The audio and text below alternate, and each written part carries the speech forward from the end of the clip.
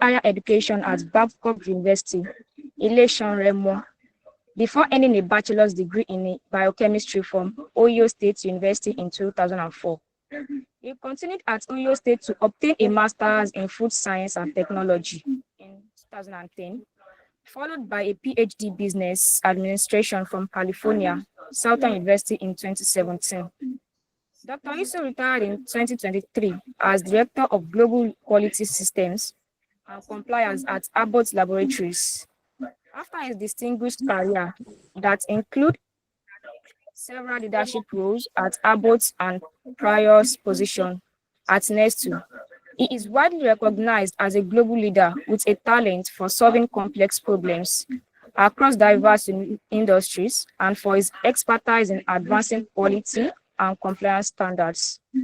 An entrepreneur and social innovator, Dr. Isu co-founded All Talents with his brother, Mr. Sadiq Isu, in 2022. He also serves as chairman and co-founder of All Talents, chief executive officer of QuickTap LLC, and management owner of the Rest Lives Group. Through these ventures, he is passionately dedicated to transforming lives and restoring confidence in African markets on the global stage. A default Christian, Dr. Isu is happily married to Madam Ade Toun Isu, and they are blessed with 4 children. So, ladies and gentlemen, please welcome Dr. Isu. Thank you so much, Nemat.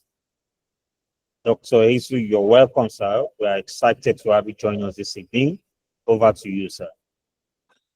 All right, thank you. Thank you for that wonderful introduction. I truly appreciate it. I see there's a lot of people on the call. This is good. Really appreciate the opportunity to be able to talk to you today. Typically, I don't go around doing calls or talking or doing some sort of presentation, but because this is a foundation, and also this will also provide me the opportunity to give back, because I like giving back and training young ones and mentoring. That way we can, give all of us the opportunity to learn and grow. Mentoring is very, very important. I don't think I would get here today to be able to mentor you if I had not gotten mentored myself. So thank you for that introduction. Without that much ado, I'm just going to jump into the presentation for today. The presentation is just meant to guide us. If you have any comment as we are going through, I think my PA is on the call as well, so she can kind of help me through collating some of the questions and comments as we go through this. So please, let's make this very interactive. So if you have any questions as we go through my journey, please feel free to ask. That way we can make this as engaging as possible and as interactive as possible. I just want to make sure we get into the nitty-gritty of it. And if you have any questions, please feel free to ask as we go through the process. All right. So I'm going to be sharing some of my slides today that I'm going to be walking through.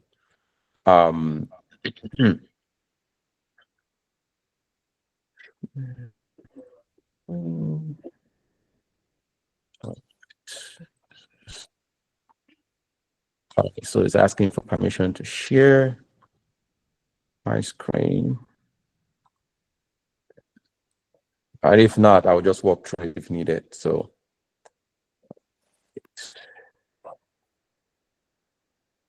okay.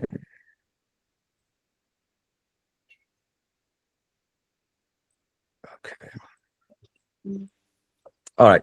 Okay. So I'll go ahead and get started with it while we walk through, giving me the permission to be able to share my screen here. Just like I was introduced, my name is Dr. Isu. I am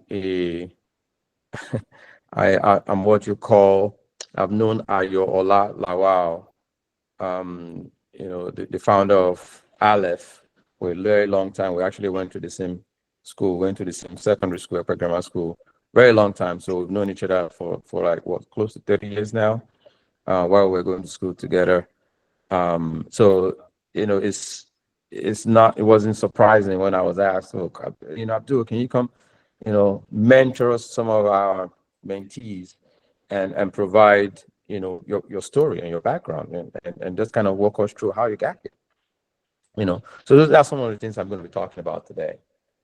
And in the just to be able to, in the spirit of saving time, just like I was introduced, I am blessed with 4 kids, a beautiful wife. Actually, my wife and I went to the same school. I went to the same high school that Ayola Allah and I went to, my brother and so many other friends that we have in common. And one of the things I'm going to be talking to you about today, I'm going to be talking about my journey, but I'm going to make it as practical as possible, and, just to make sure that everybody understands where I started from, what foundation did I lay, and some of the things that I went through as I developed myself, and I'm still growing. So nobody's an island. Nobody has gotten to their destination. It's a matter of just taking the next bus to the next destination. Redefining where you need to go from there, redefining your vision, and taking the next bus and continuing the journey. Right. So that's pretty much how it is. By the show of hands, who has really, really gotten, if you really think that you have gone through life and life has taught you shaggy, and can you raise your hands if like life has really, really dealt with you as you go through life? Can you show? Just raise your hands. No need to say anything. Just raise your hands. I just want to get a snapshot. Currently, we have about 32 people, 35 people in total, about 32 people. I just want to see by the show of hands. Okay, so quite a number of us has really, really gone through life, right? And life has really, really taught us something. And for me, I would start by where my foundation started. Has life taught me shaggy? Yes, absolutely. But will I call it shaggy, or will I call it progressive steps towards greater height? I would go for the latter, because that is how I look at life. I don't look at life as something that is something that is going to be permanent, right? It's something that is a stepping stone that I need to take in order for me to get to where I need to go, right? So just a brief history about where I started, okay? So I grew up in Shomolu, so people will be like, "Oh yeah, you grew up in Shomolu." Yes.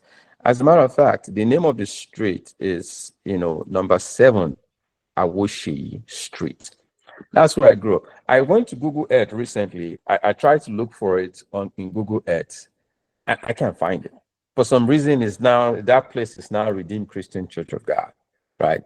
But guess what? That was this place that really found that really got a lot of foundation. When it comes to Orishino Peters, like Afro Juju, Shino Peters, but those kind of songs, right? King Sonny Ade, those kind of things. You'll be playing across the street. They will be on number 7 Awosheyin Street. Wearing only pants, dancing on the street, rolling tires on the street, and we had fun. And every now and then, I like to go there, even though my brother doesn't like going there. I like to go there and just revisit my childhood, just play back memories. And because that foundation is very sacred, I want to make sure that I replay that foundation visually. I want to go visually. I want to stand where I stood when I was, 5, 6, 7, 8 years old in the 80s. I want to go there and just kind of rewind, unwind, and just say, okay, I know life taught me this, but these are progressive steps. These are foundational steps to where I am today. So then from there, I lived in Yaba too. I don't know if anybody knows the famous Presbyterian church in Yaba. that behind that Presbyterian church in Yaba, there is what used to be army barracks behind that Presbyterian church. It's all gone now. The next time I get to Nigeria, I'm going to try and make sure that I go there. Even though they don't let me in, I want to go there and revisit and visually look at it. So behind that, it shares the same fence as the mental hospital in Yaba. But that place used to be a safe haven. When the British left in the 1960s, they actually built those places and it was really, really nice. One of the reasons why I like that place so much was that it taught me very, very important foundational lessons in life, right?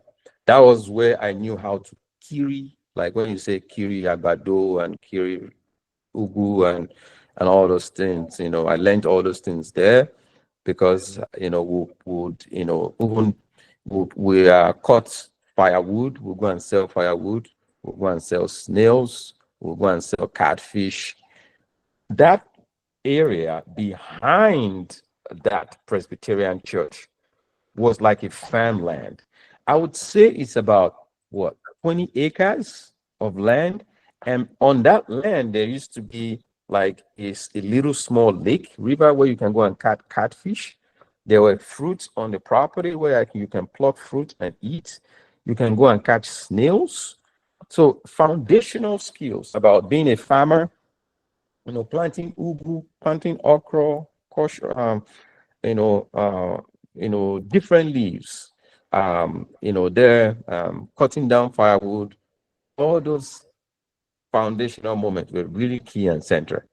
And I remember growing up, we'll go and cut, we'll plant leaves, and ugu, we'll cut it down, and from there we'll now take it and go and sell it in the Yaba market, one for 5 naira back then. And sometimes you can even sell 3 for 10 naira, and from time to time, we'll actually put that ugu on our heads, my brother and I, and go and sell it in Sabo, in different places around the Yaba axis, Ujuelegba, those places. And foundational things that I learned from there was grit. I learned how to sell. I learned how to not give up easily. I learned how to walk the streets, navigate complexities, simplify complexity into simplicities. And honestly, I won't say those times were jiggies, just like I started. I would say those were foundations that I treasured so much, because I will tell you later on where that really became very valuable for me in life. Really, really valuable because of some of those things I learned, as I was growing up. And while I was growing up, I also learned to be very disciplined too, because if you don't water your farm, back when I kid you not, I was probably 11, 10 years old when I was doing all of this stuff, right?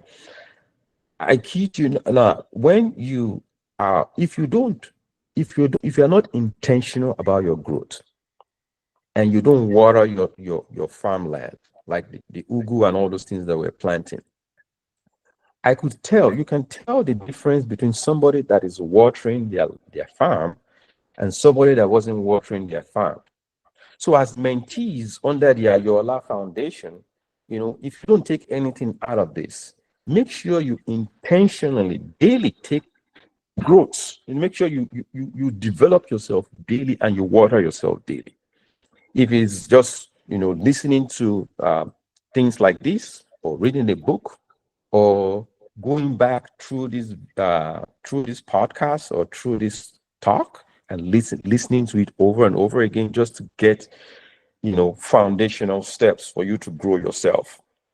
The reason why I'm saying this is because when we are the farm that my brother and I had back then, and my mom had, when you walk across to another farm, there's another lady that has a farm, and the farm the ugu on that lady's farm was twice taller than ours. The stem was about this big. I kid you not. It was very green, very luscious. Like even if you see it, you want to buy it. You know, a bed, a bed of ugu and greens back then, right? She would sell it for 80 naira, 100 naira. But when we are selling ours, they were pricing ours for 40 naira. Why? Because ours were a little bit yellow on the side, wasn't that green. We weren't watering the plants, the way it should be watered often. We'll go there once every 3 days and water it, and we'll come back and show up as if, things will happen to it. But honestly, we weren't spending enough time on watering the plant. But we still had to sell it though. We were able to make money, but we did not make as much money as the lady across that was spending every day, every time of our wait time, just, watering and putting fertilizers and just dedicated time to just making sure that those plants grow. The same thing is life, right? The same thing is our life as we grow. It just make sure that you water yourself on a daily basis.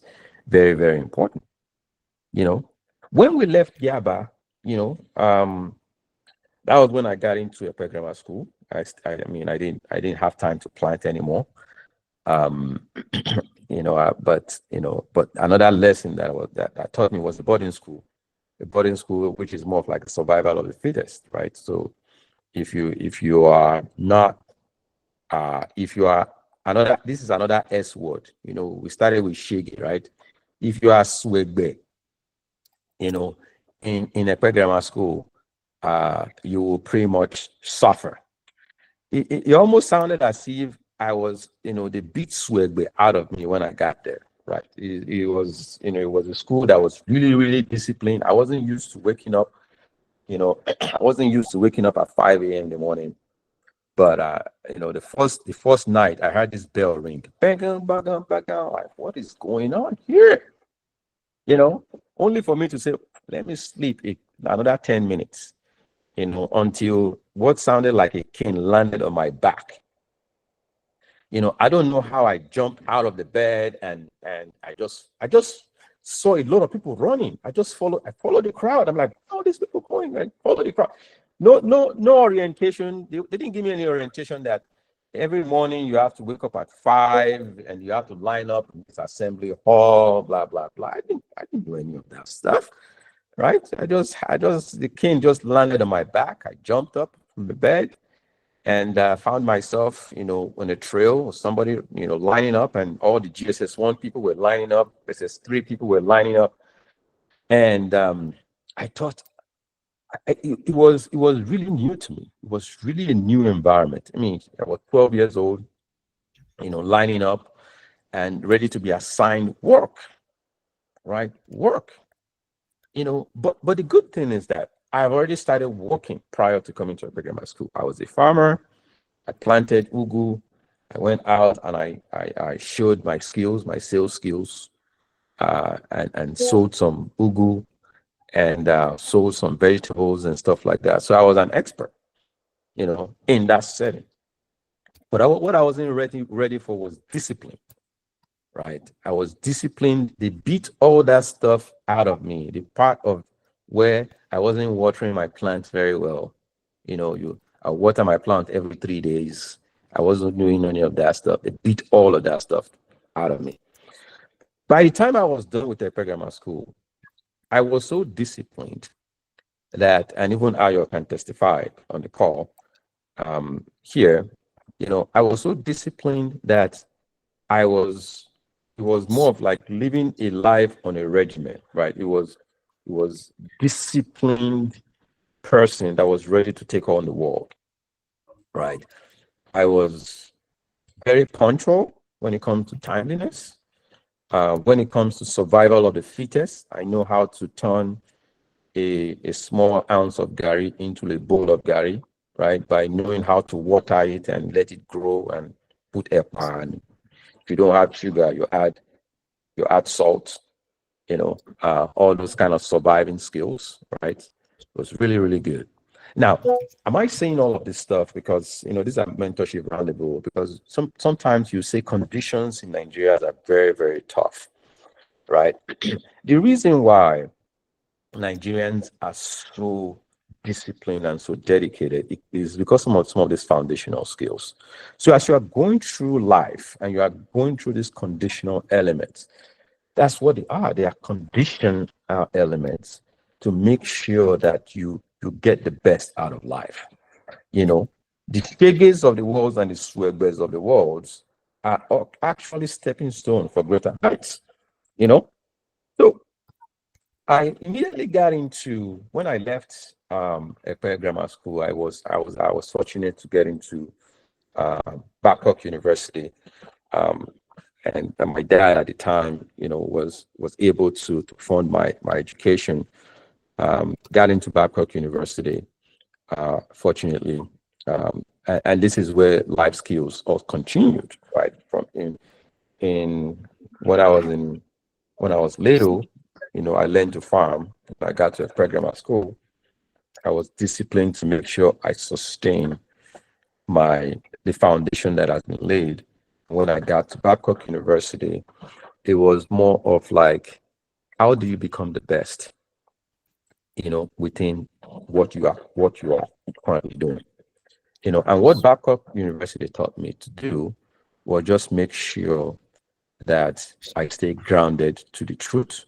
I stay grounded to the things that are the foundation that has been laid, and I stay grounded to my parents and some of the things that they taught me.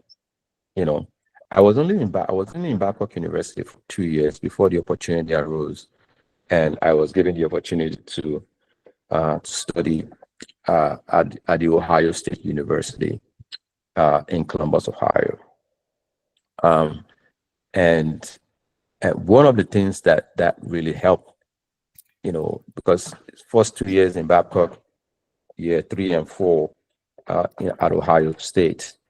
So I left Nigeria in 2002. So I've been in the US for a long time, close to 23 years now. But some of those foundational elements are those what is keeping me going, right? In a foreign land, the US is so different culturally. It's not the same. I mean, it's really, really different. But I had the foundation. I had the right mentors to keep me going. And when I got into Ohio State, I came here. I couldn't pay school fees, right? It's not as if the school fees was so high that it would take me 10 times my salary to be able to pay the school fees. So what do I have to do? I had to get 3 jobs and go to school at the same time. So I was a caregiver. So I was taking care of a quadriplegic. For people that don't know what a quadriplegic is, quadriplegic is somebody that has some sort of damage to their spinal cord and they cannot move their hands and legs. They are called quadriplegics.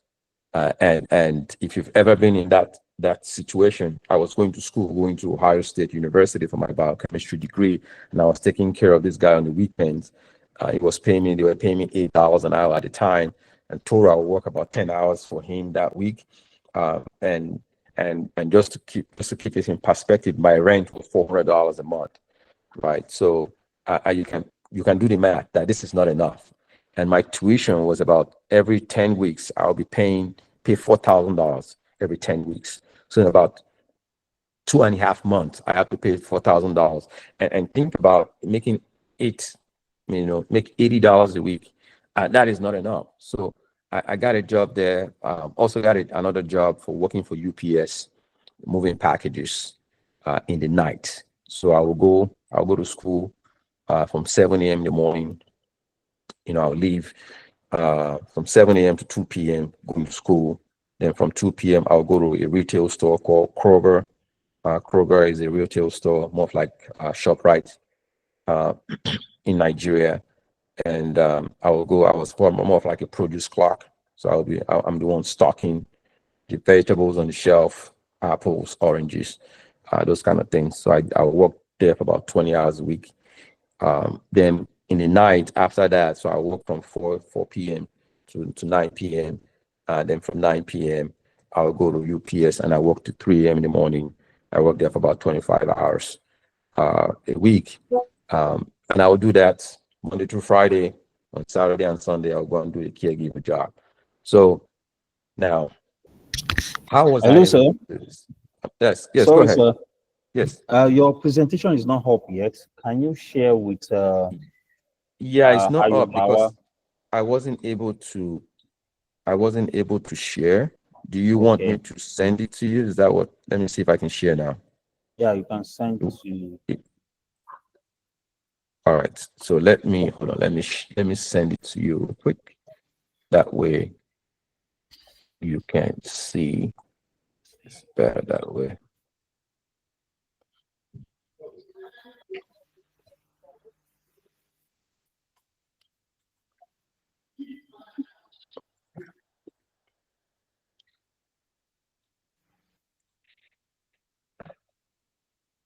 Okay. So is there a way you can?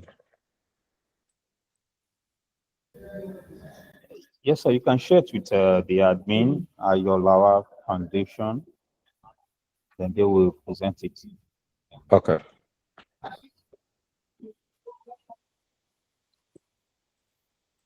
Apologies, team. As we go through this, I would say, is this at gmail.com, right? Yes. Okay, thank you.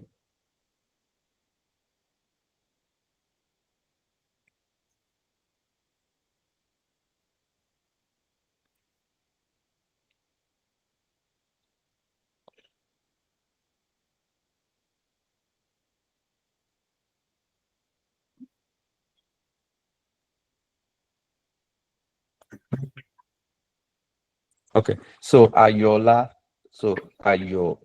Foundation, all one word, at gmail.com. All right, let me send it right now.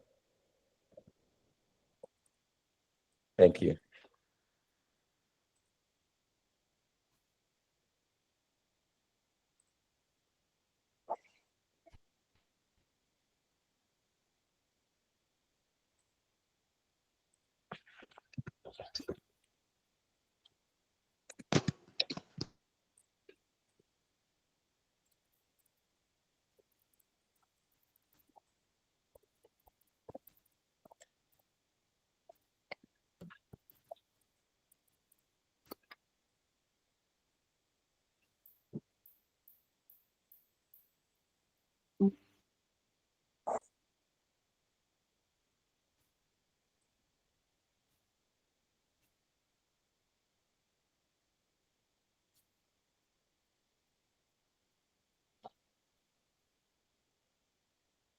All right. Have you received it?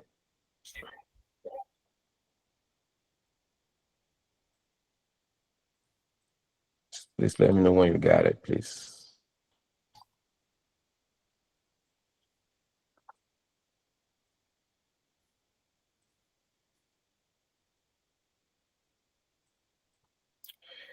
All right, so we've not received it, but you can actually send through WhatsApp. Maybe I can just project from there. If not, we'll still look at I it. think that's better. Let me send it to Doc, you.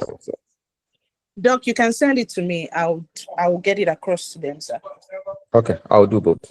Thank you. Okay, sir.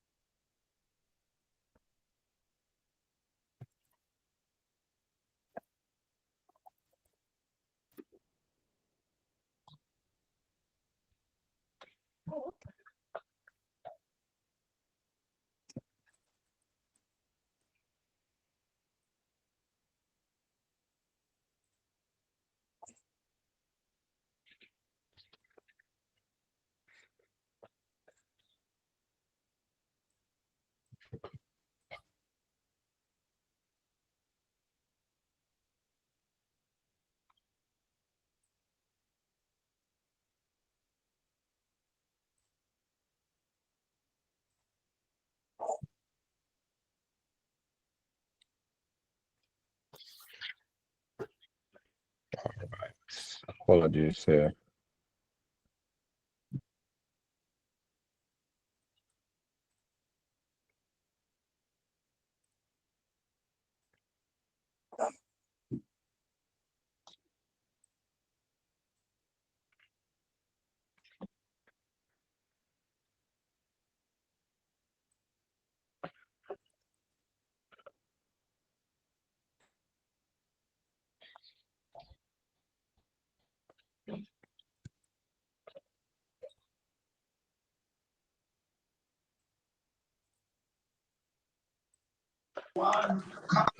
I've received it, Doc. I'll Oh, send it to you them got now, it? sir. Okay, very good. Thank you.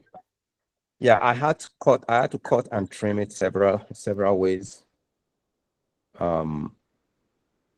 Because it won't, for some reason, it's too big to go allow it.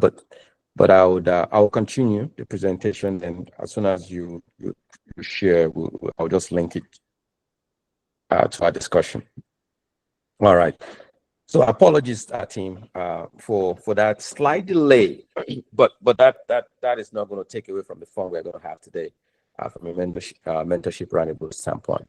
All right. So as we wait for them to share what I got on my slide, I just wanted to, start from where I start, right? So, which is pretty much, going to Ohio State. Typically when you hear that you are going to the U.S., right? There's always this, oh yeah, you're gonna go there. You're gonna the conditions, that you are exposed to in Nigeria, or you were exposed to in Nigeria, is not going to be the same when you get there. The US, the condition is different, right? It doesn't mean that the struggle is going to go away, but the struggle is there, right? So all these things I was telling you about in terms of going to school, in terms of working through jobs and doing all these things simultaneously, was something that I had to do in order for me to be able to pay my school fees, in order for me to keep it going. And as I was working those side jobs and doing all those things, I was able to put together a lot of life lessons that really, really grounded my mindset about life in general. I stopped asking questions like, how do I survive? I started asking questions like, how do I scale? I stopped asking questions about, my immediate environment. I started focusing on the problem. How do I solve the problem? I stopped being very timid. I started becoming very bold, because it was as if that life was presenting things to me that I had not seen before. Even though I was in a grammar school, went through a lot. Growing up wasn't as if it was a silver spoon, right? And even going to Babcock University, it was as if life had not prepared me for this moment. The culture was really, really different. Imagine going into school and you are working there, right? You're taking classes and doing everything, and an environment where you have to really, really own up your skill. Like every minute at Ohio State was very important, right? Because the class was 48 minutes long. Each class is 48 minutes long. So you have 12 minutes to get to the next class. And that when I say 12 minutes, it's not like the Nigerian setting where you go from this hall, you just walk into the next class. No, you have to take a bus. So I have to take a bus from one class to the next class. And taking that bus sometimes can be more than 12 minutes, and so it was really, really a moment of surviving. Like, how do I give value in a short amount of time? How do I build discipline and strengthen my core of discipline that I learned from a grammar school? And how do I refine my skill set? So went to Babcock University, graduated, okay, so is this sharing now? All right, not yet. Okay, very good. Thank you. Yeah, so can you go to the next slide? Very good. Okay, all right, let's stay right here. All right. So it was like yeah, thank you, I appreciate it. Thanks for sharing. It was like at some point I was like, okay, how do I uh how do I refine my thinking? Because there's a point where your thinking can deprive you from getting to your destination, right? How do I redesign my thinking so that I can think at a scale that is not refined, that doesn't keep me bound locally? How do I think globally, right? Not just locally. I'm a local person. I love growing up in Shomolu, Awoshe Street, but I'm also a global person because I want to influence global perspective, global narrative. I want to rewrite the story about Africa, about Nigeria. I don't have to be in the US to do that, right? I don't have to be in France to do that, but I can also do it in Nigeria because where I am locally should not define my influence globally. I don't know if that's making sense, if I'm making sense to somebody. If I'm making sense, let me see your hands up. I just want to make sure. If I need to restate that, let me know. I want, because this is very, very important. The topic of today's discussion here is be the best globally. Be better than the best globally. How can you be better than the best if your local, where you are locally, doesn't give you that opportunity to be able to do that? It starts with thinking, right? I'm not trying to give a motivational speech here, but I'm just trying to make sure that my background influences the life cycle so that you can learn what I learned, and and you can pick up some of the life lessons I took along the way. So when I got to Ohio State, which is a global institution, it's one of the biggest university in the country. About 50,000 students go to Ohio State. As you can tell by the picture on your left, that picture is the stadium. Is I think it's number two or number three biggest stadium in the US. About 102,000 people you can seat 102,000 people in this stadium. Huge, big, and imagine going to class, and everybody's just everywhere, in different places. It's like a little town. The university is so big. I mean, you can take buses and still be driving on campus for like 30 minutes. That's how big the university is. And between that, I'm doing work study, I'm doing side hustles, working in Kroger, I'm being a caregiver and things like that, right? So another huge foundational lesson. So after all of this, I thought, okay, life has shown me what life has to show me. By this time, I should have learned everything I learned from Somolu and Yaba, and everything I learned from my grammar school and from Babcock University. I have arrived. Boy, oh boy, oh boy. I have not arrived. Got my first job in 2006.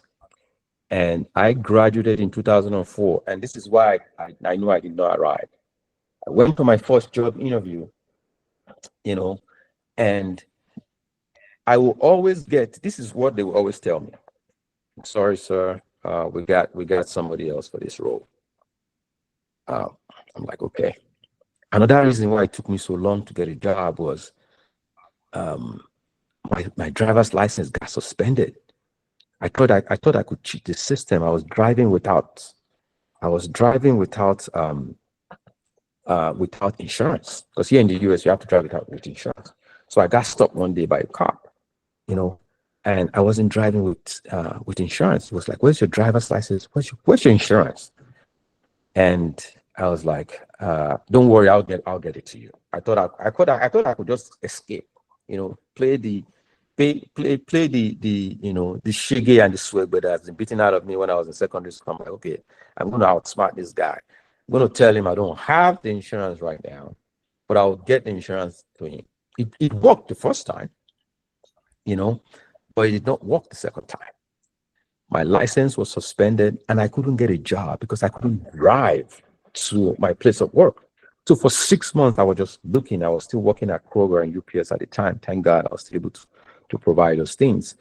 But every time I go there, they'll be like, I'm sorry, we can't get you a job. Then one day in 2006, I woke up, I had an interview with Nestle. And I'm like, it's either they give me this job or I'm going to kidnap somebody.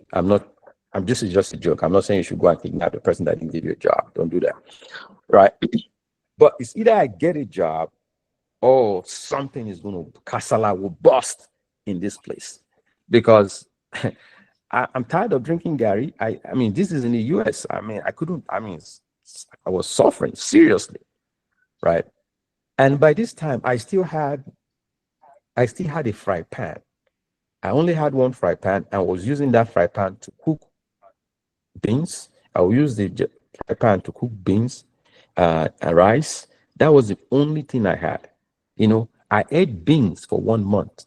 When you eat beans, you would think some people don't like beans, but when you eat beans for 1 month, you will stop. You say people will say, oh yeah, beans is not good because you pass gas and stuff like that.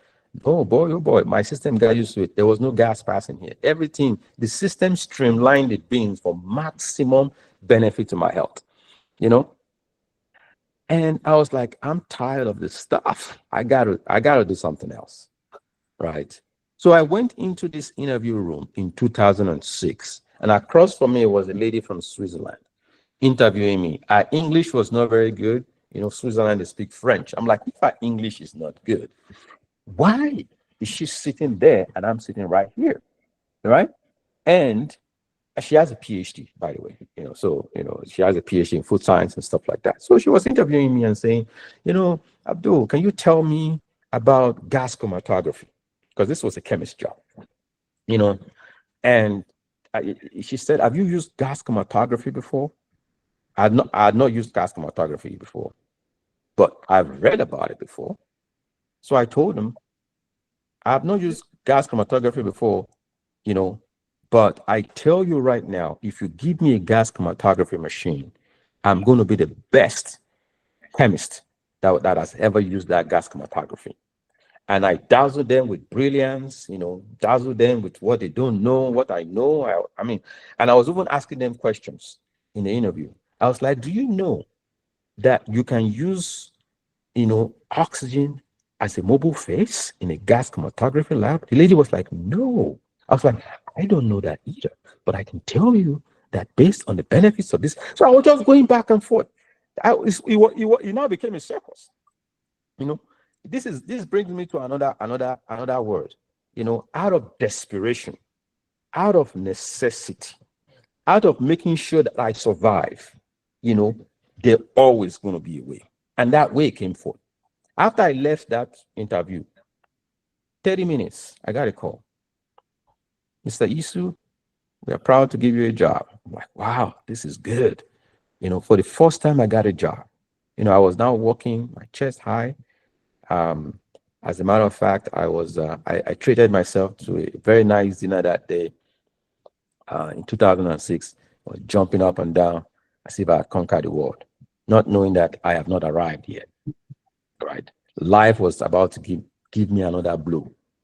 Right? Started working. I was a chemist, and I was dedicated to testing what is called AED at the time. AED is vitamins A, E, and D. I can even still test that in my sleep. It's a very long process where you add food products for people that are in their food things. I see GCMS here. Yes, it wasn't GCMS, Kike, that we were using. It was HPLC that I was using back then. And so we'll use, I'll put KOH, which is potassium hydroxide, use it to break down the bonds and run it through, it's a saponification process. And I'll run it through what is called a chromobond. I remove, using Xane to remove all those things and all that stuff. So I was so good at it, that I was even better than my trainer. That's life lesson number one. Don't be a follower all the time, right? If life gives you lemon, you make what? You make lemonade out of it, right? I was so good at it that I was training people that were coming. The trainer that trained me watched me test AED at some point. And he was like, where did you learn that? I didn't teach you that. The process I designed cut about 2 hours from the process. It's an 8-hour test.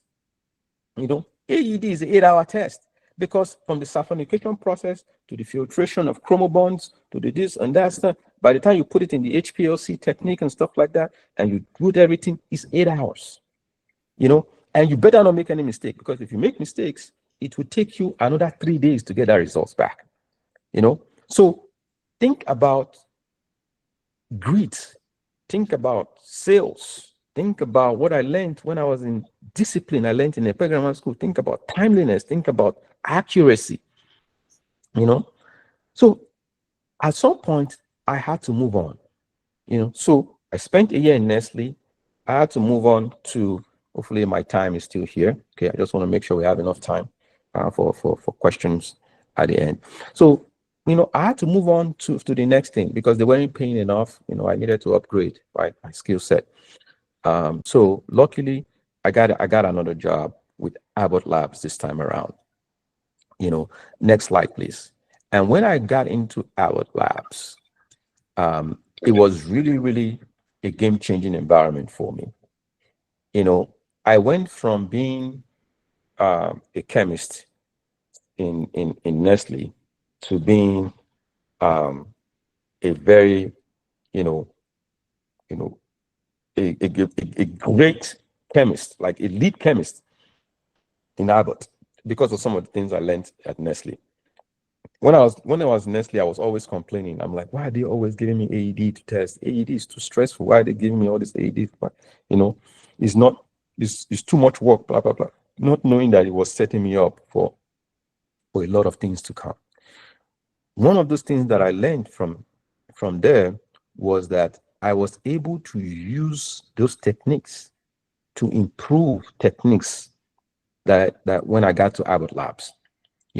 People in Abbott was like, wow, you can do this. I'm like, absolutely, you can do that. This is how you refine your mobile phase. This is how you change your column. This is how you refresh your this, blah, blah, blah. I was dazzling them with brilliance. Brilliance is not only being book smart, it's also about experience. And experience is not just by just learning, it's about applying, creating valuable contribution, not only within your local environment, globally speaking. But while I was doing that, I was also setting my foot on the global, looking at the global picture and say, okay, how can I refine this and make it better? And within 1 year, I was promoted, become a lead chemist, managing other chemists on second shift. This was in 2008. And while I was doing that, I was getting my master's as well. I got married in 2006 to my beautiful wife. And that also gave me additional motivation to keep going, because the favor that she brought from a spiritual standpoint also aided me to give me that oomph, that I needed to thrive and make it better, right? Because when 1 + 1, when 1 cannot get you there, 1 + 1 can get you there, and for those of you that are married, please make sure you take this very seriously. It's not about only you progressing, right? You have to make sure that your spouse is also progressing along with you. You are growing at the same pace, right? What you have, like, as you mentor your way, as you get better, in life, as you get mentoring, make sure your wife or your spouse or your husband is also getting mentored as well. That way the difference is not too much as you grow through life together. And for those of you that are not married, just keep that at the back pocket, that this is something that you have to make sure you do as you go through life. From there, I kept on exercising the same skills, being the best. Everything I do, I want to be the best. Everything I do, I want to be the best. I was so good at it, even when I retired in 2023, they were still calling me in 2024 and 2025 to ask me questions about how they could navigate the complexities. That was how good I was, But even though I'm saying I'm good, that doesn't give me to just sleep in my laurel and not enlighten and educate myself as time goes on. And that's why I'm getting all these degrees, right? So from a lead chemist, I became a quality engineer. Next slide, please. From a quality engineer, I became a supervisor of the lab. And as I became a supervisor of the lab, became a Kappa manager. Kappa manager, I'll walk you through that here shortly. What that allowed me to do is problem solving, right? When it comes to problem solving, I look at problems as opportunities. Not only opportunities, I look at them as something that you can solve. I don't see a problem as something that is just too overwhelming for me to tackle. I see it at the first problem. If I see a problem, I just, this is not a problem. This is something that I can tackle. That is the first mindset. This is not a problem. I can get it. Even when I find the solution, I'm not satisfied with it. I want to make sure that is truly the solution. I'm always refining solutions to get it better. Solution is not a constant word, it's an evolving word. A solution to a problem doesn't stay constant. It's always going to progress. It's always going to change with time. As time progresses, so do solutions. So you have to think in that mindset.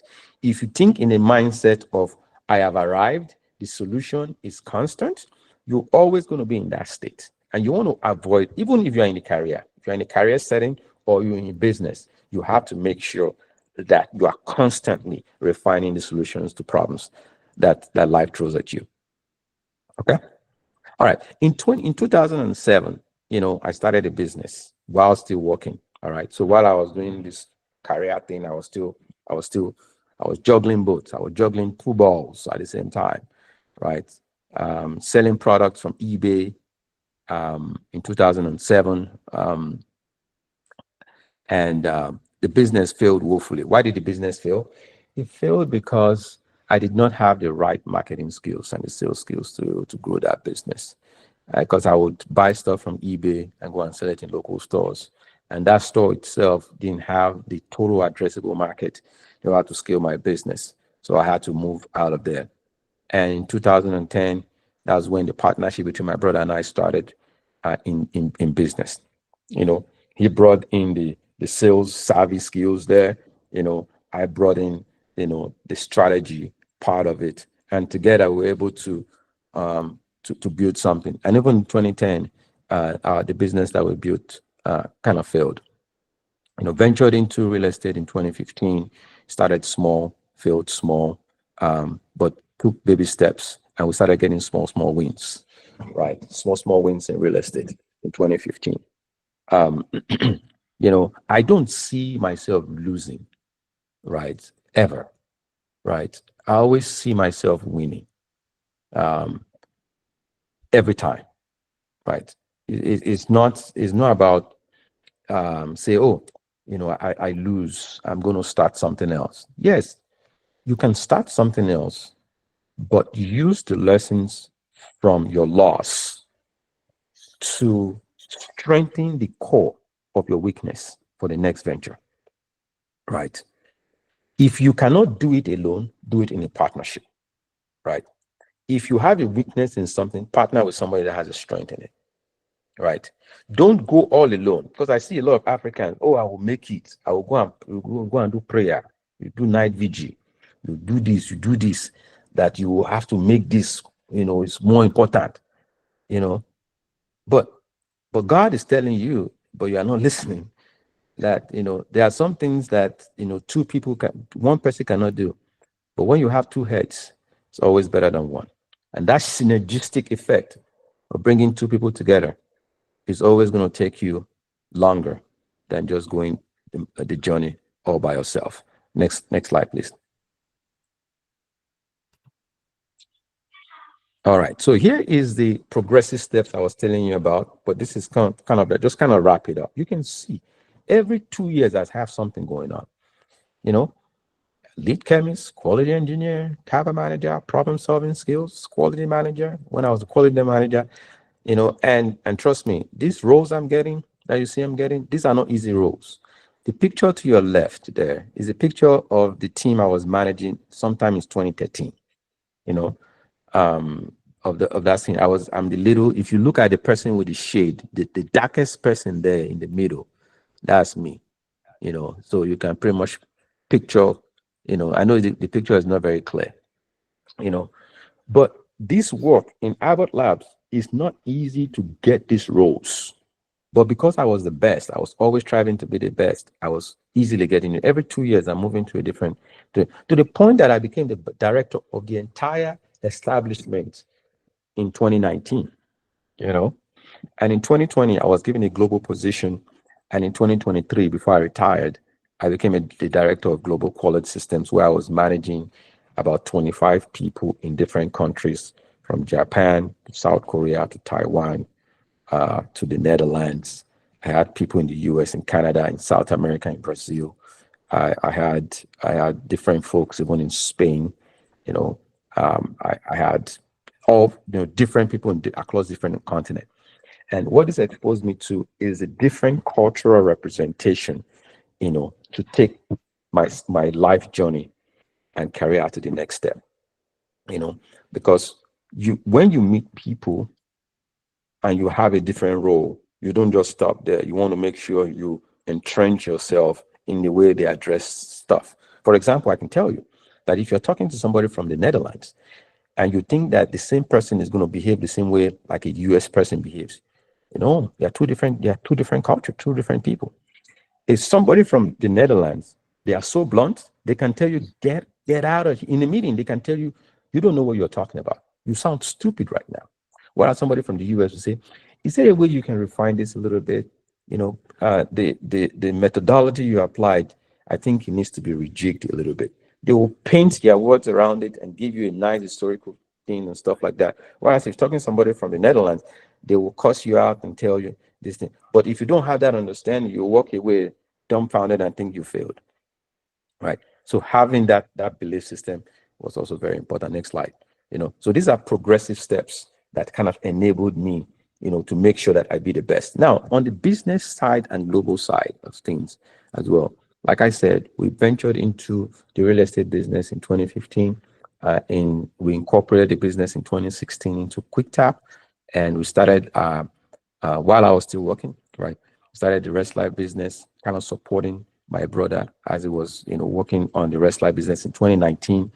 I expanded into different locations. Started SaveWise. For those of you that are on this call, if you don't have SaveWise, you're missing a lot. SaveWise is an app that you can use to transfer money to your friends and siblings. It's not like a fintech; it's a banking app. You can download that as well. All Talent, I see members of All Talent here representing.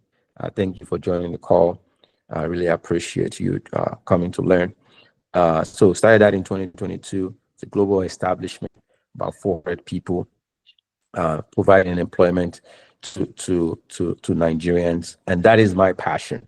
My passion is not only providing employment. My passion is making sure that we can show the world the very best the African continent has to deliver.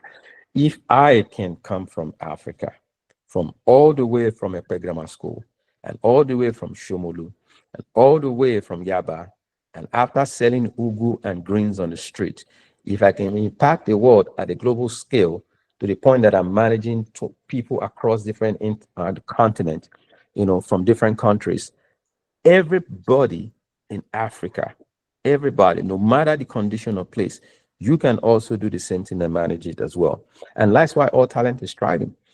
Our talent is striving because we not only train, but we equip you with the right knowledge and tools to be the best you can be.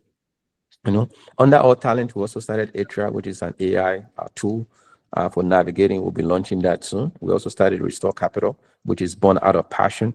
My brother and my wife and had in order to make sure that Nigerians can plug into the global capital space, right?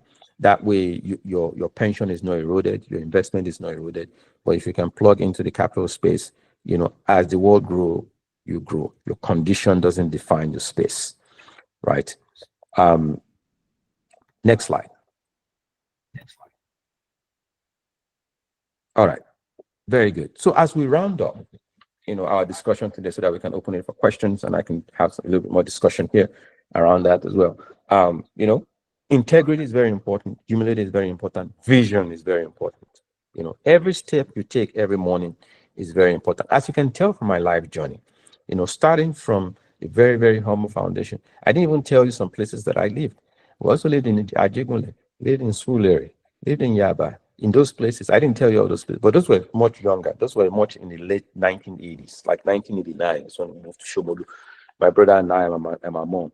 We lived in these places. We at some point we slept under a trailer, when we're in Ajigule. So life has given me a lot, right? And as life has given me a lot, it shapes me. It gives me a different perspective. So if you call me now, for example, and you tell me that I don't have money to pay school fees and this thing, I can reason with you because I can empathize it, because I used to be in that shoe. My empathetic nature comes in, and that shapes my decision-making process at the global scale. I'm not a leader. I'm not. If you sit me and Donald Trump together, for example, and you ask us different questions, the way I'm going to answer that question is going to be different from the way Donald Trump is going to answer that question. Why? Because I can connect more globally than Donald Trump can.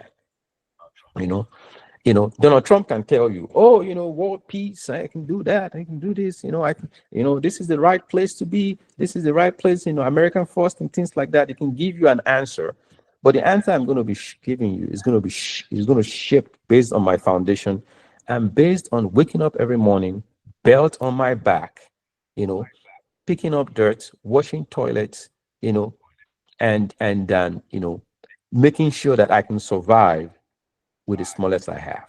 Eating beans for a month, eating out of the same plate for a month, finding a way to strive and survive. These were all foundational roots. As in agricultural science, they call it the tap root, that has given me an edge to be the best, to go all the way, just like John C. Maxwell would say. Next slide, as we round up. All right. So as we round up here, think about this. If you don't take anything out of this, don't give up, right? It's not a motivational thing to say, but just listen to what I've said in my life journey, and see, some of the things that I've been able to do. If I can do it, if I can try globally, if I can get the tap roots, if I can be the best I can be, you can. Thank you very much.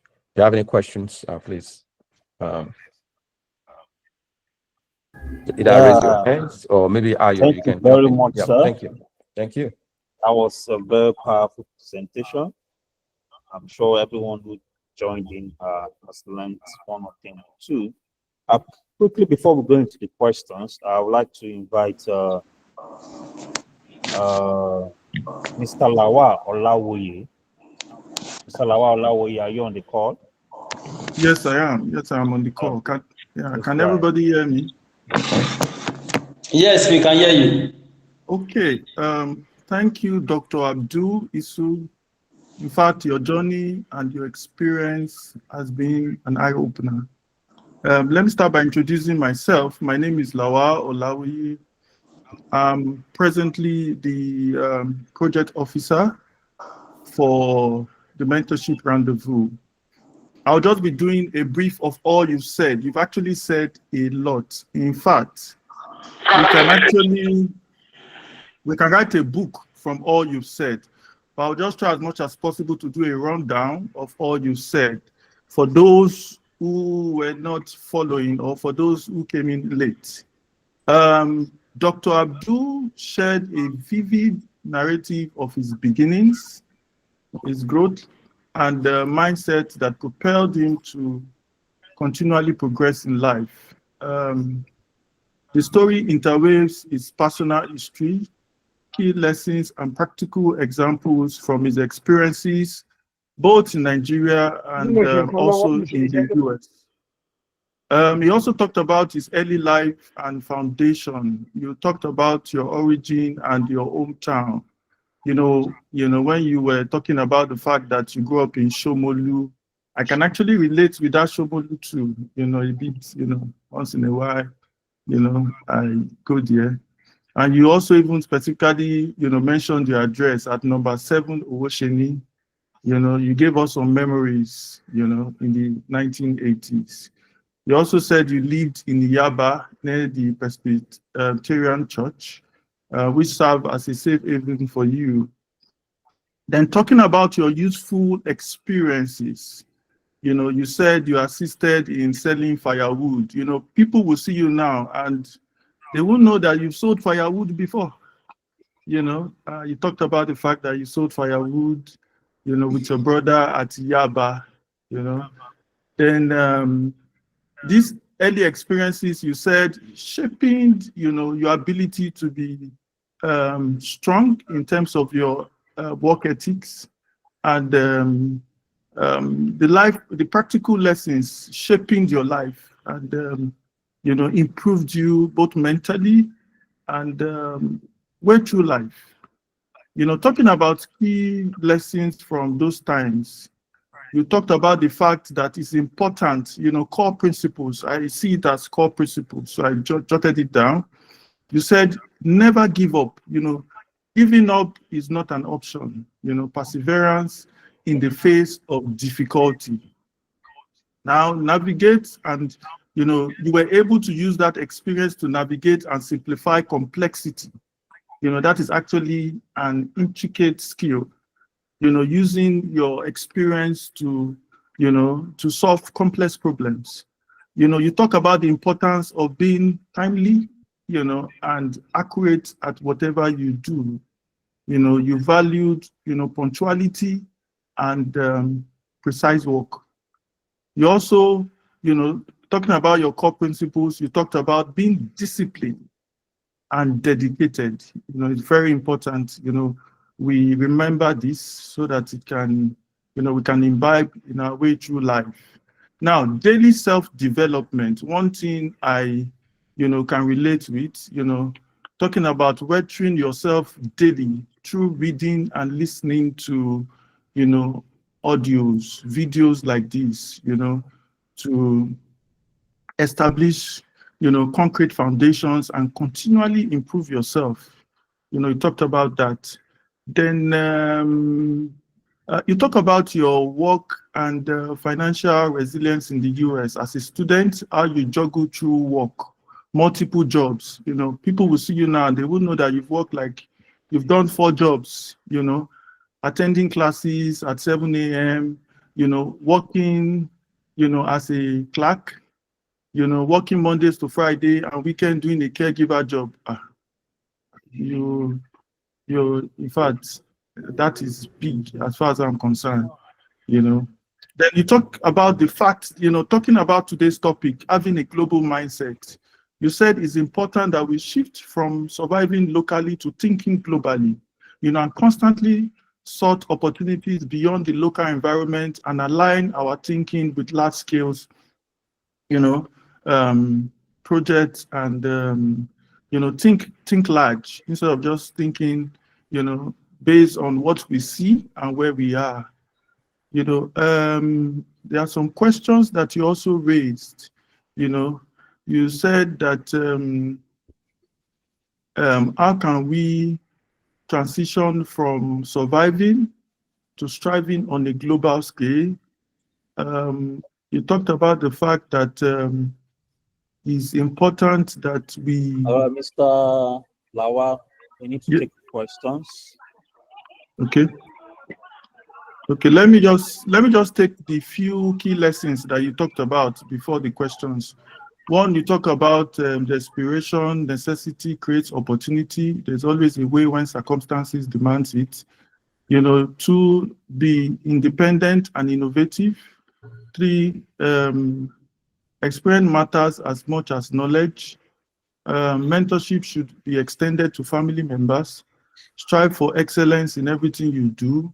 Solve problem actively. Seek evolving solutions to problem as it extend as context changes.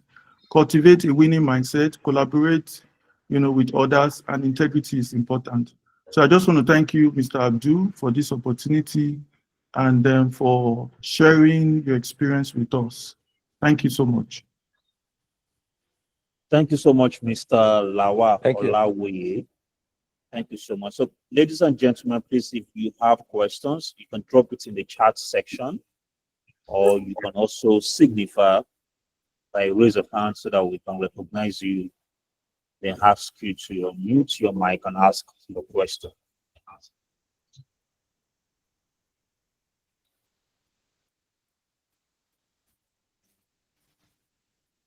Ladies and gentlemen, questions for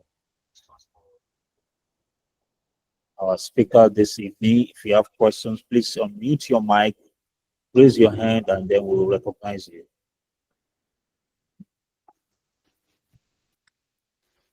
It seems everybody is satisfied with okay, so Nimat Ola, go ahead, please.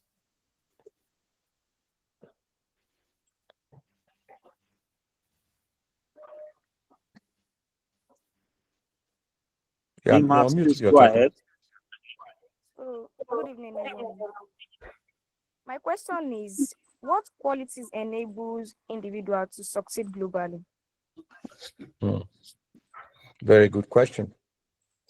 I think one of the most important quality, and I think this is more of like the the bottleneck moment, right? Which is like what's that most important thing?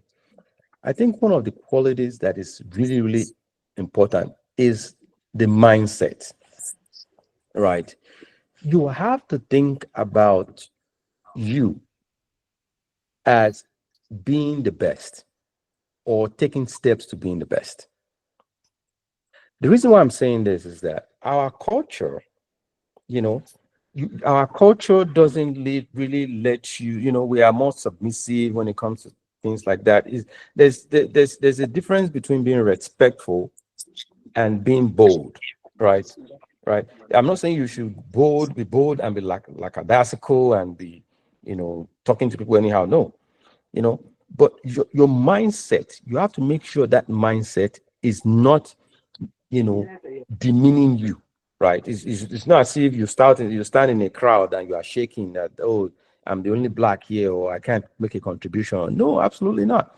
You have to make sure that your mindset, you can do anything that is thrown at you. All you got to do is time. All you got to take is time. If you are told, what's your name? The person that asked the question, is this Nima or something like that? Okay. Or Ola. So, for example, if you are told, for example, can you build a space jet to the moon? Right? You can. Your immediate answer will be no. Right? From a global standpoint, will be no. But if you put your time and effort and resources and your mindset to it, will you be able to do it? Right? For me personally, yes, absolutely. I can build something to the moon if I put my time, because people that are doing it don't have two heads. So that's the most important quality that I see, that is always putting a lead on everybody, is the inability to be able to think ourselves as better than we should, right? We are always thinking ourselves as less. We're always thinking ourselves that we cannot accomplish this. But if that reorientation of the mind is set on accomplishing, human beings, you can do anything. There's a reason why somebody that doesn't have hands and legs, can run faster than somebody that has hands and legs. I don't know if you've seen that competition recently. So it's just a matter of the mind. So that's the most important quality for me personally. Thank you so much, sir, for the response to that question. Thank you, sir. Thank you. All right. Moyosore, can you please unmute your mic and ask your question? Moyosore. Good evening, everyone. Yeah, good evening. Yeah, though I did not join earlier, I didn't join you guys earlier, but the little I can hear is about how to get something done. Like now, um, I'm planning to get something done. I'm trying to retire anyway. So the question is, what are the things that like a 50 plus person can do when he's retired? That's the question. Me, I'm planning Mm-hmm. towards my retirement age and my retirement. And what are the things that is available for the Sure, age like absolutely. me? Yeah. Yeah, very important. Very important. I want, everybody listening on the call, this is a very good question, right? Because I want you all to know that life, let's not live our life as a life where you want to get to a point and you say you want to stop. Because for some people, retirement means stopping working, to stop working or stop career, right? That, you know, equating those two can sometimes get our mind in the wrong things, right? So it is very, very important that you drop that kind of mindset. For me personally, I need to drop it, right? That's why I said I retired in 2023, but I'm still working globally, right? Because to me, what I did in the last 20 years is a foundation to my next step. So, Mr. Adams, look at what you are Mrs. doing now as Mrs. I'm sorry, ma'am. Look at what you are doing now as a foundation into your next step of what you are going to be doing. When you get into that evolution, I won't necessarily call it retirement, into that evolution of what is next of what you're going to do. Now, the way to define what you're going to do before is to strike a chord. Like, for example, what triggers you? What makes you happy? Right? A lot of times, what most men are doing now is that people are picking up farms, right? They are rearing chicken, getting poultry, just to keep the mind going. That's on a local level. But is there some sort of foundational support that or business that you want to do, or mentoring that you want to do, or some sort of investment that you want to do that keeps you motivated, that keeps you going, that makes you want to wake up the following day? If you think about everything that you currently do, what makes you want to wake up to and keeps you excited to do the next thing? That is where you want to invest your time and resources, right? It's not very difficult to find the next thing you are going to do. The only thing, just look at what you do on a daily basis and say, what keeps me moving? What keeps me happy? And that's exactly what I am doing to keep me going. Awesome. Thank you very much, sir, for the response to that question. So from the Thank you. chat session from Mr. Lawa Olawoye, Mhm. he's asking, you held multiple jobs as a student to fund your education. What strategies helped you manage your time, energy, and focus under such pressure? Very good question. I think this is very good, and I'm going to share my methodology. Just to make sure, right? So, again, if you listen to the entire thing, you say you notice that I picked up a lot of methodology, a lot of discipline along the way, right? I picked up being diligent. I picked up being disciplined. I picked up by removing swagbe and all those things from my system and stuff like that, right? When I say removing swagger, I'm not saying I'm not humble, because sometimes there's a fine line between being humble and all that, right? So what I did, right, in when I first of all got to Ohio State was I have a job. I list out everything that I'm going to do on the calendar, right, down to the minute, because every minute is very important. right? At 7 a.m., just like I stated earlier on, I wake up. I only sleep for 4 hours. At 7 a.m., I wake up because my first class is going to be at 8. I go to the class. Between the class, it's 48 minutes between class. So I take a bus to the next class. So I have 4 classes. By noon, I'm done. From noon to 2, I'm in the library studying, doing my homework, doing my assignment, getting everything done, and things like that. And being this time, I don't have time for following um, girls or following. If you're a girl, you're following men. There was no time for that. This is not a time in my life for me to be chasing after all those things, right? So I really design my time around making sure that I go after value, things that will make me the best in the future, right? So, like again, going back to the watering, I watered myself on a daily basis. 2 p.m., I'll take a bus to my next job, and while I'm in the bus, I'm reading, I'm studying, I'm trying to get myself better, for the class and the assignment that I have. At 4 p.m., I work from 4 to 9, and while I'm working from 4 to 9, around that 7 p.m., I'll take my book again and start reading. While I'm reading, I'm eating as well. So I'm using two things. Doing two things at the same time.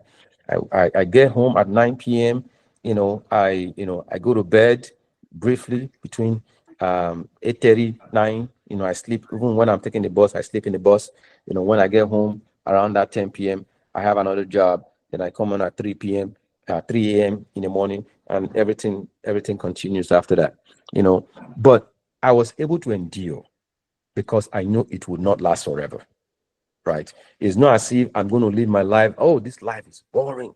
No, I was able to endure that moment because I know the best is yet to come, right? So for 2 years, I dedicated myself until I got my degree, in 2004. It was fully dedicated to making sure I advance myself and get better. And that's what I did. So that was how I was able to manage my energy, time, resources, and focus on that pressure. Great question. And I still do it now.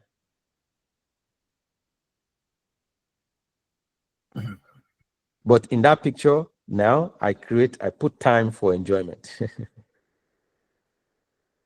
Enjoyment. Powerful. Spending time with Awesome. the kids. Awesome. Thank you. All right. Next question is from Nurse Doc. She's asking that starting small is good, but how do you sustain? I think she's asking, how do you sustain the global outreach? When you start small, then how do you grow to become global? Yes, very good question. If you, it is every small step, when they say tiny drops make a mighty ocean, is actually a true statement, right? Because, the step you take, no matter how long it takes you, you will get to your destination. It's just a matter of time, right? If I want to go from here to Djibouti, for example, I will get there if I take the right place and I have the right knowledge, right? So that starting small comes with knowledge. Discipline will aid you, right? I'm not going to say I'm going to go from here to Djibouti and I don't have knowledge and I don't have discipline. And when I get to Canada and it's so cold, right, I will not be able to strengthen myself and walk across the Canadian cold field in order for me to get to Europe, right? And because I can't do that, I will just drop the whole thing at the end of it and just go back to where I'm coming from, right? So starting small is very, very important. Now, how do you scale, right? So in order for you to scale, you have to make sure the foundational things that you develop locally is strong, because the foundation has to be strong to support global outreach, right? Now, once you get to that point, the good thing now with the way things are designed is great. You have social media, you have website, you have phone numbers. These are things you can use to develop, but you have to make sure your product is good, right? You cannot sell something that is half baked. Because sometimes I'll see some presentation from people I'm like, the fonts are different, the colors are not aligned. I'm like, what is this? How can you develop? How can you provide products globally if the product itself is not ready for consumption? If it's not ripe, it's not ripe. You have to make it ripe. In order for it to be ready for global. If it's ready for global community will adopt it and take it. If it's not ready, they will not adopt it. So you have to make sure all those things are ready. Knowledge, determination, education, refining your product to be the best. All right. Thank you very much, sir, for the response to that question. Before we take the next set of questions, admin, kindly drop a link to the YouTube channel and other social media platform in the chat section so that ladies and participants can actually check out some of our past sessions on the Mentorship Rendezvous. And also, the recordings from today's session will also be uploaded on the YouTube channel. So, ladies and gentlemen, please check the chat section for links to our social media platforms and also the YouTube channel, where you can see previous episode of the mentorship sessions that we've had. All right, so the next question, sir, what exactly can be done when you have no financial support and then you have a passion for a career building job? Very good. And that's great too, right? And I think I like this question a lot because I think when I say start small, it also involves, financial. You need financial support to start anything small.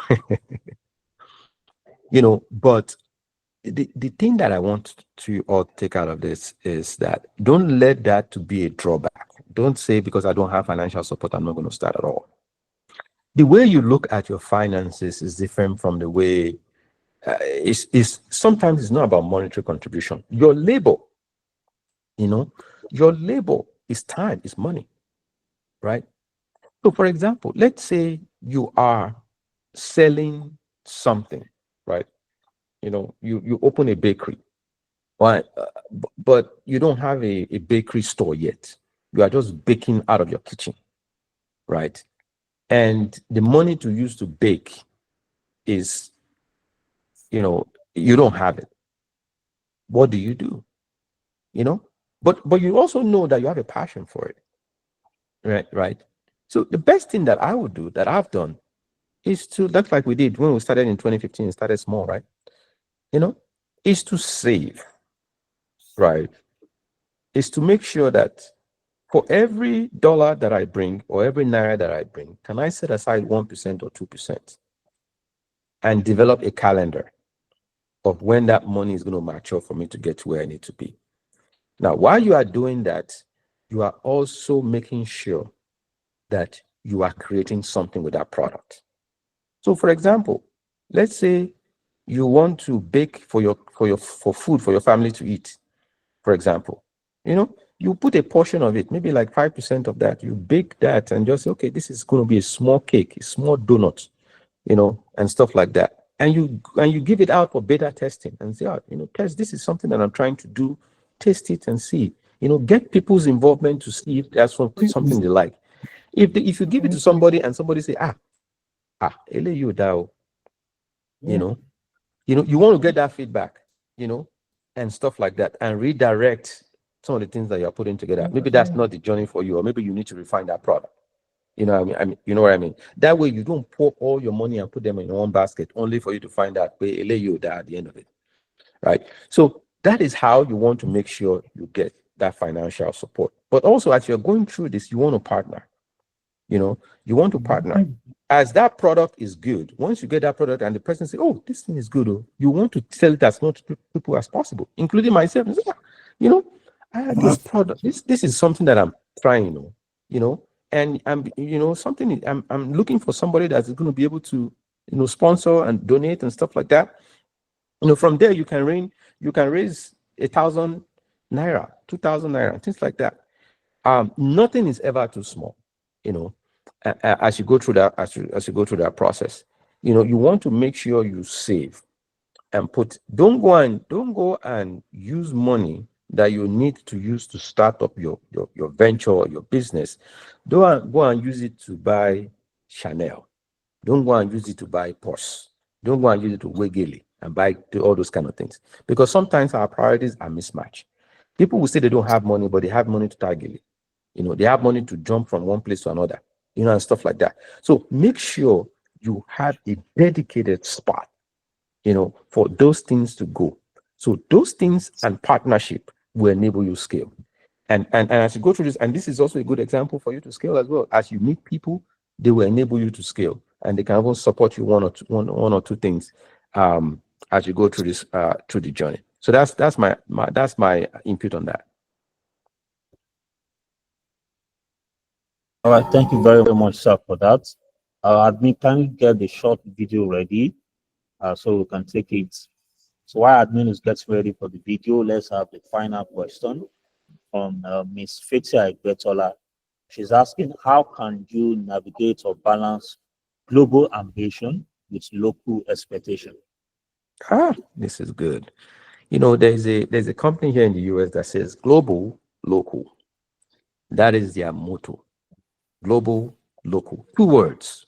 Very impactful and powerful. Right. Now, in order for you to for you to navigate, I think that's the word you use, global ambitions with local expectations. The local expectations, just make sure that those expectations are defined by you. And those local expectations can support your future ambitions. Don't go and build future ambition on a local expectation that is going to crumble. Right? So the way you want to navigate it, the step-by-step approach you want to do that is by defining what that local ambition or that local expectation is going to be. Let's say you want to make let's not go the career of business now. Let's say you want to be the best virtual assistant there is, right? So that's a global ambition from a career standpoint. You want to become that. Now, how do you create expectations locally to meet that? The first thing you want to do is that you want to define the end product. What does the end product look like? What does good look like? What does the best look like? If I have to define what best look like, write it down and say, okay, this is what the best look like. Then you now create the support and the foundational structures you need to put in place to support that best.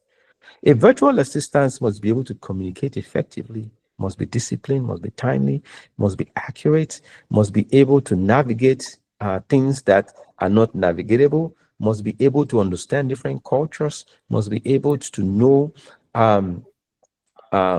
things that other people don't know from different cultural boundaries. They must be able to know that there are different time zones, there are different personalities, there are different concepts, there are different nations and things like that, right? So once you define that, you distill it down to what makes sense for me to define the expectation from a local standpoint. How do I make sure that I'm able to make these future ambitions? Right. So when you define that, then you now create goals and milestones for yourself. Today, I'm going to do this. Today, I'm going to train myself on how to speak very well. Tomorrow, I'm going to learn about this culture. Tomorrow, I'm going to learn about the US and the different states. By the time you do it, you are creating yourself. You are creating those pillars that will give you those foundational support to be able to create a global plan. You cannot jump up one day and say, I'm going to be a global person, without going through the steps. It's not possible, right? And the world by 2050, just 25 years from now, is going to be a global landscape, right? So you need to get prepared. So if you are on this call listening to this, and you think you are going to be the same person locally than you're going to be 25 years from now, you better check again, because the world is not going to be the same way. AI, first of all, is going to erode and do all the things that you're currently doing, right? So what exemplifies, what makes you better than the next best AI thing out there, right? What makes you better than what you are currently doing, either from a career standpoint or from a business standpoint? Study those things and be better at it so that you can excel. Awesome. Thank you very much, sir, for that. The last 2 questions before we go. So Alawode Olawumi is asking, my question is, in the journey to career growth or growth in general, is it advisable to have knowledge in different areas so that you can be versatile, or to pick a particular career path and be the best at it? Very good question. I think this is my honorable PA, right? I call her my honorable PA. I think, honestly, I think it's better to do one at a time, but have that global, encompassing view of what you are going to learn, multiple things across the career. That's why if you look at my CV, if you look at the times that every 1 or 2 years I'm changing roles, right? And the reason why I'm doing that is because I want to learn as much as possible, but I'm doing one at a time. Because when I do one at a time, I'm picking up things from it as I go. And those things that I'm picking up as I go through my journey are going to support the next thing I carry on, right? So as I go on a ladder, right, one step I take on the ladder will support the next step on the ladder. So the next step will support the other step, right? I cannot take multiple steps and jump on one ladder and go to the next step, or try to learn multiple things on that ladder, right? The best thing is to just take one step at a time, but make sure you are growing in your current role and you're evolving as you go through the process. That's a very good question. Thanks a lot. Also, thank you so much, sir. And then finally, from Ridwan Opeyemi, so he said he has an handwork, all right, and then sometimes he only gets to work 5 times or 4 times in a month, while sometimes he gets no job at all, no customer at all. And so he's asking, what can he start that will be getting revenue on a weekly basis?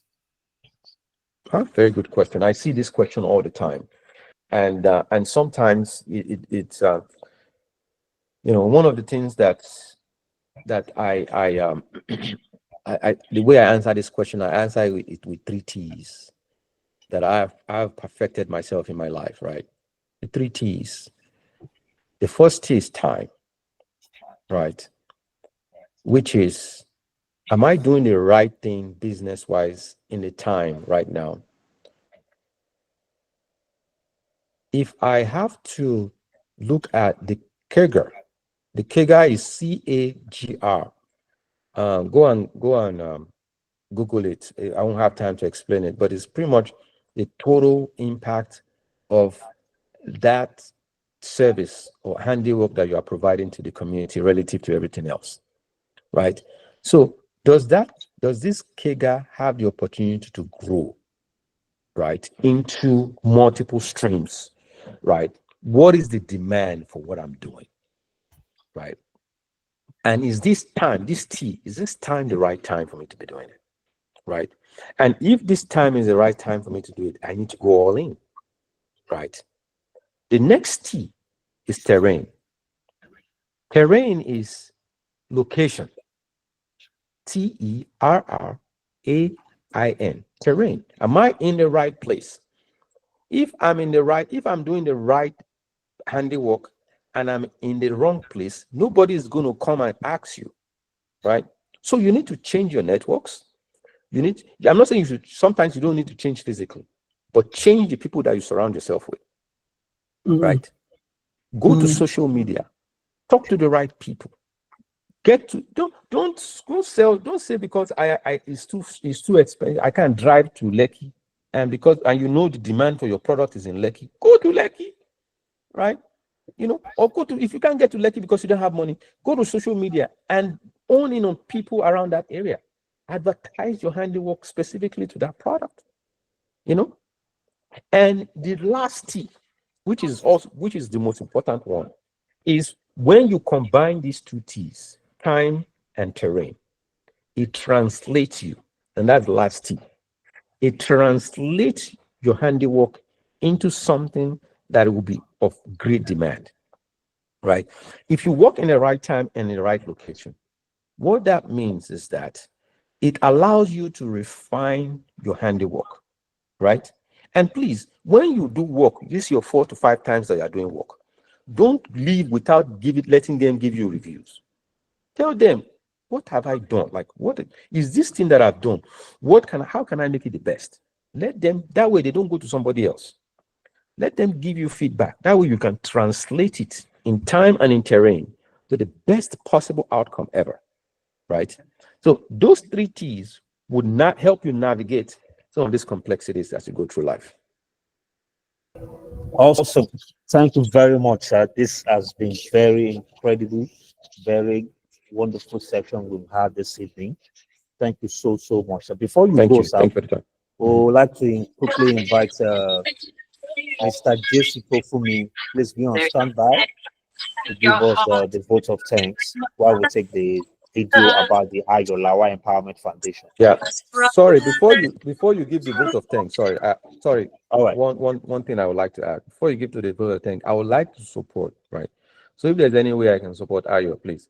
If there's any way I can support some of your mentees, right? Either maybe like a quick jerk of financial support or anything, please let me know. I don't really have time. You can tell I don't really have time, but my PA is here and he can get some information so we can support not only by talk, because sometimes you just talk, not no action, right? It's not only by talk. Let's get a group of people so that we can support and get them to where they need to be and get them to the next level.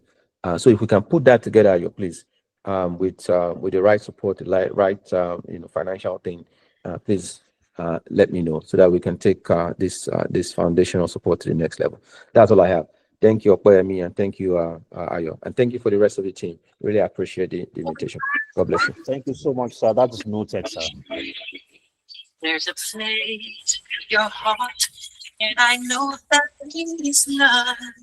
It's a place that's bright tomorrow. And if you really try, you'll find there's no need to cry.